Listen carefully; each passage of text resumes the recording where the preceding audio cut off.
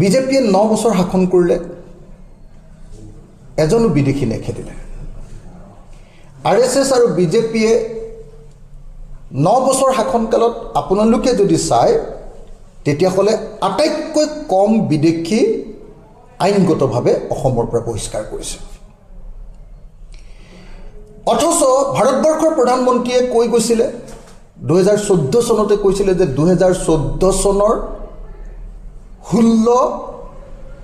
মে তাৰিখৰ পৰা অসমৰ পৰা প্ৰত্যেকজন বিদেশী শেষ হৈ যাব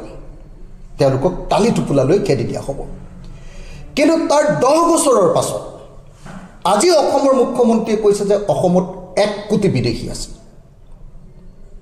যদি 1 কোটি বিদেশী আছে তোমালোকে কি কৰি আছা তোমালোকে সেই বিদেশী কিয় এতিয়ালৈকে বহিষ্কাৰ কৰিবৰ কাৰণে ব্যৱস্থা গ্ৰহণ কৰা নাই সেই বিদেশী চিনাক্তকৰণ কৰিবৰ কাৰণে তোমালোকে কিয় এনআৰচিখন সম্পূৰ্ণ কৰা নাই আৰু সেই বিদেশী ইয়াৰ পৰা পঠিয়াই দিবৰ কাৰণে যি দেশৰ পৰা বিদেশী আহিছে তেওঁলোকৰ লগত কিয় প্ৰত্যৰ্পণ চুক্তি সাধন কৰি লিগেলি বিদেশীবিলাকক আমাৰ দেশৰ পৰা পঠিওৱাৰ ব্যৱস্থা কিয় কৰা নাই যে সময়ত আমি দেখিছোঁ যে আমেৰিকাই তেওঁলোকৰ অবৈধ প্ৰব্ৰজনকাৰীক হাতকেৰেয়া লগাই আমাৰ ভাৰতৰ মানুহকো যি ধৰণে ইয়ালৈ প্ৰত্যাৱৰ্তন কৰিছে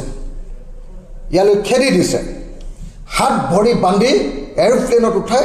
ভাৰতবৰ্ষত থৈ গৈছে সেই সময়ত আমি অসমৰ পৰা এজনো বিদেশীক চিনাক্তকৰণ কৰি তেওঁলোকক বহিষ্কাৰ কৰা আমি নেদেখিলোঁ কিন্তু বিদেশীক লৈ প্ৰত্যেকবাৰে নিৰ্বাচনৰ সময়ত বিজেপি দলক আমি ৰাজনীতি কৰা দেখিবলৈ পালোঁ আজি অসমৰ মুখ্যমন্ত্ৰীয়ে কৈছে যে অসমত 1 কোটি বিদেশী আছে যদি 1 কোটি বিদেশী আছে সেই 1 কোটি বিদেশী খেদুৱাৰ দায়িত্ব কাৰ আৰু সেই 1 কোটি বিদেশীত হিন্দু মুছলমান খ্ৰীষ্টান সকলো আছে নে সেই বিদেশীবিলাক কেৱল মুছলমান ধৰ্ম আৰু মুছলমান বুলি তেওঁলোকক বিশেষভাৱে আক্ৰমণ কৰি এটা সাম্প্ৰদায়িক বাতাবৰণ সৃষ্টি কৰিব খোজা হোৱা নাই নে আজি উচ্ছেদটো সম্পূৰ্ণৰূপে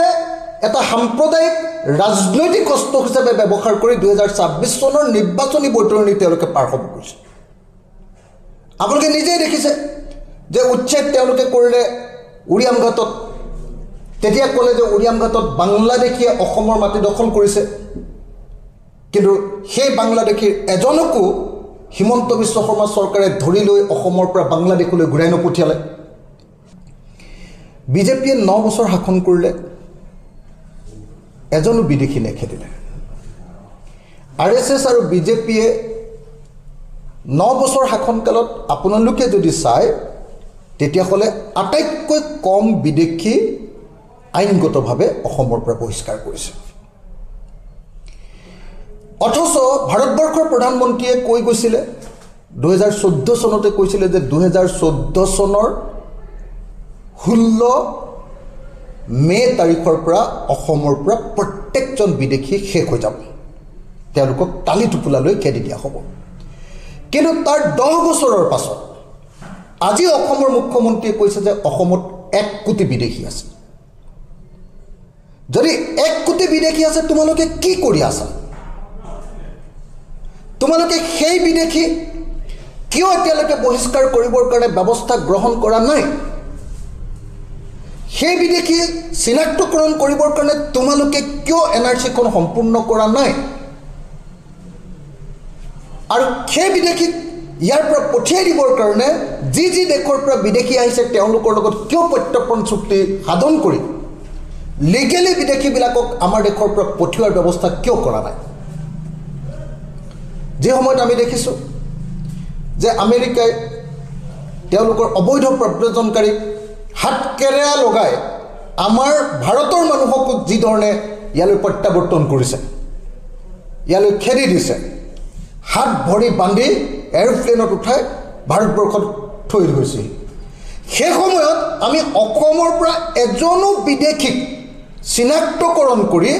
তেওঁলোকক বহিষ্কাৰ কৰা আমি নেদেখিলোঁ কিন্তু বিদেশীক লৈ প্ৰত্যেকবাৰে নিৰ্বাচনৰ সময়ত বিজেপি দলক আমি ৰাজনীতি কৰা দেখিবলৈ পালোঁ আজি অসমৰ মুখ্যমন্ত্ৰীয়ে কৈছে যে অসমত 1 কোটি বিদেশী আছে যদি 1 কোটি বিদেশী আছে সেই 1 কোটি বিদেশী খেদুৱাৰ দায়িত্ব কাৰ আৰু সেই 1 কোটি বিদেশীত হিন্দু মুছলমান খ্ৰীষ্টান সকলো আছে নে সেই বিদেশীবিলাক কেৱল মুছলমান ধৰ্ম আৰু মুছলমান বুলি তেওঁলোকক বিশেষভাৱে আক্ৰমণ কৰি এটা সাম্প্ৰদায়িক বাতাবৰণ সৃষ্টি কৰিব খোজা হোৱা নাই নে আজি উচ্ছেদটো সম্পূৰ্ণৰূপে এটা সাম্প্ৰদায়িক ৰাজনৈতিক অস্ত্ৰ হিচাপে ব্যৱহাৰ কৰি 2026 চনৰ নিৰ্বাচনী বৈতৰণি তেওঁলোকে পাৰ হ'ব গৈছে আপোনালোকে নিজেই দেখিছে যে উচ্ছেদ তেওঁলোকে কৰিলে উৰিয়াম ঘাটত তেতিয়া ক'লে যে উৰিয়াম ঘাটত বাংলাদেশীয়ে অসমৰ মাটি দখল কৰিছে কিন্তু সেই বাংলাদেশীৰ এজনকো হিমন্ত বিশ্ব শৰ্মা চৰকাৰে ধৰি লৈ অসমৰ পৰা বাংলাদেশলৈ ঘূৰাই নপঠিয়ালে